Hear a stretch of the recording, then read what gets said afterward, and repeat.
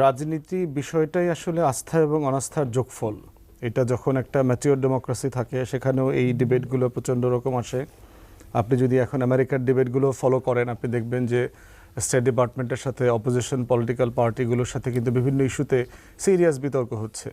Trump অ্যাডমিনিস্ট্রেশনের যে ট্যারিফগুলো তারা দিচ্ছে, সে রেসিপ্রোকাল ট্যারিফের পলিসি যেটা সে আন্ডারটেক করেছে,